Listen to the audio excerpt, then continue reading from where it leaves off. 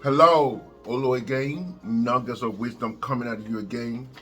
Yeah, I'm going to be continuing my series, No L's But Lesson. My topic today is regret is the cancer that may destroy your destiny if you let it. Let's talk about it.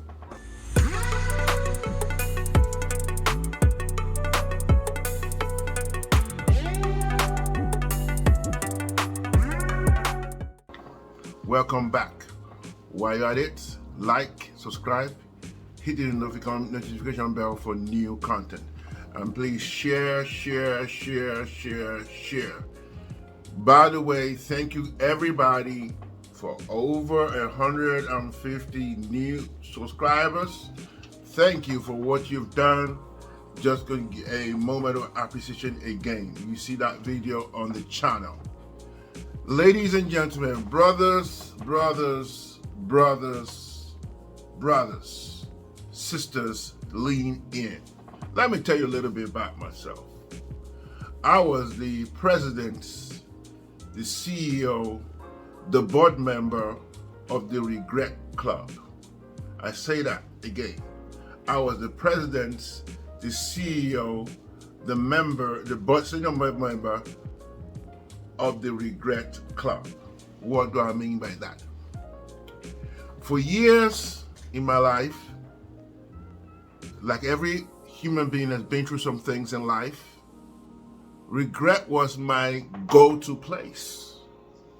Regret was a place I go to actually, not that I don't want to take responsibility, but it hurts so much that if things happen and they show up in your life, you believe you stand up to that regret for so long.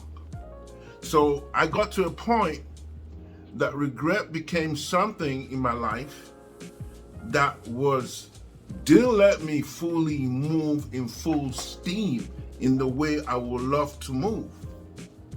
Regret can be that thing or that feeling that can actually do a whole lot of damage to you. As I said, regret is a cancer that may destroy your destiny if you let it. Let's unpack this a little bit. Throughout I got divorced and things happened. Life was hard. And I tell you, for years and years, I was so upset, annoyed, frustrated, whatever word you want to call it. But it got to a time that I kept on doing this. Like, if something happens in my life, or I'll say something like this: if that did not happen, if she or he agreed to what we discussed, I could have not gone through what I went through. And I kept on hopping on and going on these things, and it actually just, I was just distraught. It upset me in so many ways. Why do I call regret a cancer? Because regret eats you up. Regret destroys you over a period of time. I'm not saying there's some things that we're not proud of, that we regret, maybe our actions or inaction that did not happen. I get that. But that should not be your go-to place. Regret is actually something that is actually like a mental illness. That the more that you stay in regret, there's a lot of things that will happen to you that will hinder you towards your destiny. There was an article in The Guardian, I think it's January 27th in 2019, and there was a therapist that said something that was very powerful. I'm going to put that link in the description, and so you can read the full article. I won't have time to do that today. And the saying goes this way: it said the cognitive behavior therapist Windy Dryden says that when we are trapped in this cycle of regrets, categorized by rigidity and inflexibility, we only seem able to blame ourselves for what has happened, rather than seeing our behavior in a wider context and an understanding why we took the path we did based on the information we had at the time. Under these conditions, regret will become toxic. You cannot blame, you cannot have regret of the things that you didn't understand at the time you did it. When you enter an agreement with that person, when you went into the business with the person, you made that decision based on the information that was available to you. So this notion that you're going to stay with it, and because it didn't work, you're going to use that as a yardstick not to move forward. So these are the kind of people that I would say they play a lot of defense. So I won't use the sport methodology, but no defense. They play a lot of defense, no offense. So they're going to keep everything. I'm not going to move forward because last time I tried, I got stuck. Last time I hooked up with somebody. Last time I had a business partnership with somebody, something went wrong. So for that reason, they are stuck. They're inflexible. They are rigid, and because they're rigid, they are actually shortcoming themselves because the blessing that's supposed to come to them, they're letting their experience, right, mortgage their future. I know it's not an easy thing to do. I understand that you went into business venture, you went into a relationship, it didn't work. But for you to let regret be the thing that allow you to get stuck, it's just not the right way to go. I've had a lot of regrets in my life, and sometimes I really look at it. I guess once things happen to you, you look at everything in your life in a suspicious manner, and rightfully so. But in 2015, something very, very practically, something happened to me. And I had an older friend, very nice brother. So when I moved from the UK to the US, he took me to the DMV, helped me get my vehicle, many things this brother did to me. Then one day I called his son. His son picked up the phone. I said, "Where's your dad?" He said, "Uncle, my dad just passed." This brother was solid. He's a single parent. His house is immaculate for a man. He did things well. 2 businesses, had his own job, took care of his children. Everybody was doing well. Then he met a strange woman. That's a topic for another day. To cut a long story short, he passed. I was in Delaware doing the projects. I flew back from Delaware back to Dallas, and this brother was buried. And as I was coming back from that funeral, I thought to myself, is this the end of it? And I said to Olu, how long are you going to live in your regrets based on what somebody else did to you? How long are you going to keep on being that angry person? How is this actually working for you? So I won't say it was immediate, but it got my wheels turning. It got my thought going. And I started thinking that there should be another way.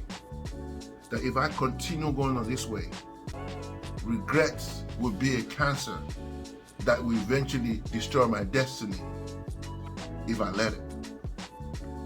That gives me the segue to what regret does. I'm going to give you 5 things that regret does. What is the characteristics of regrets? Number 1, regret is a wasted emotion.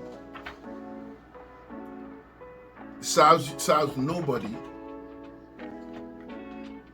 and it becomes a pacifier to soothe our discomforts. You're wasting your emotion regretting on things that are not working.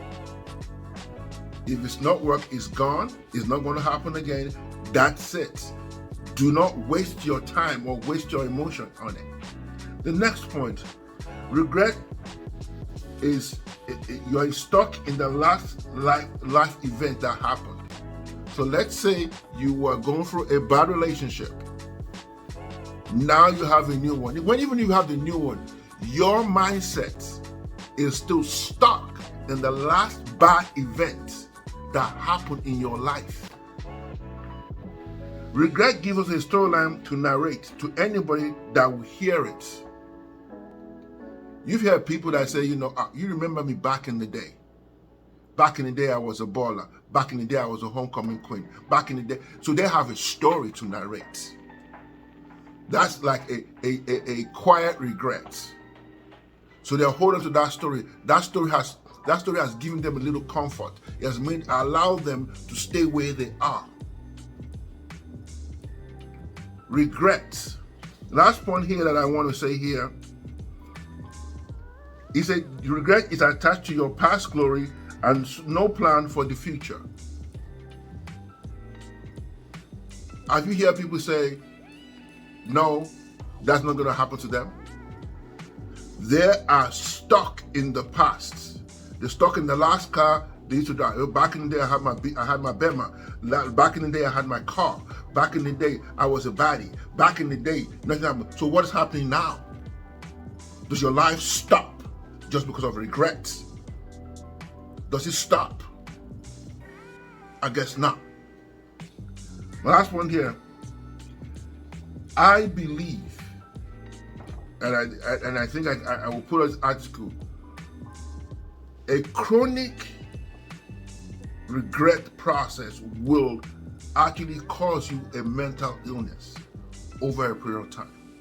You've seen folks in the hospital when they ask them 70, 80, what happened to them? They died of a broken heart. They could not handle their regret. They couldn't get past what happened. It is hard, y'all. And I understand it. But we cannot stay in it. It's not the right thing to do. You can't stay in regret. So now we talked about the crisis of regret. How do we resolve this? I'm not a therapist, but I just give you a few tips that have worked for me. Number one, you need to seek a professional to unpack what's going on. Some of the things that we're regretting are childhood issues. Some of the things that were happening are just, they've been a long time gone, that has been in our subconscious forever. Number two, you have to ask yourself hard questions. Do I want this? Is this working for me? Do I want to stay here? Is there something on the other side of this regret? Let's start self-soothing. If you don't ask hard questions, you don't get hard answers. Let's ask ourselves questions. Then, I know you've been burnt. I understand that there's been issues. But you cannot stay in the pocket for too long. You played enough defense. As they say in football, take a couple of yards. Play some offense.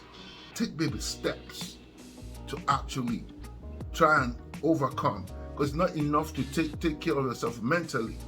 You have to do some. You need to have some activity to the game. You need to move forward about this. My brothers and sisters, it wasn't a loss.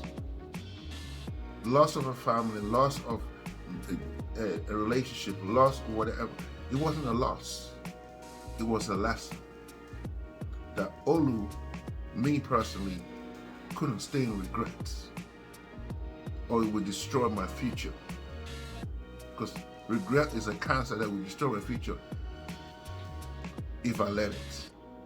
That is my lesson. It wasn't a loss. This is Olu again, Nuggets of Wisdom. Please share,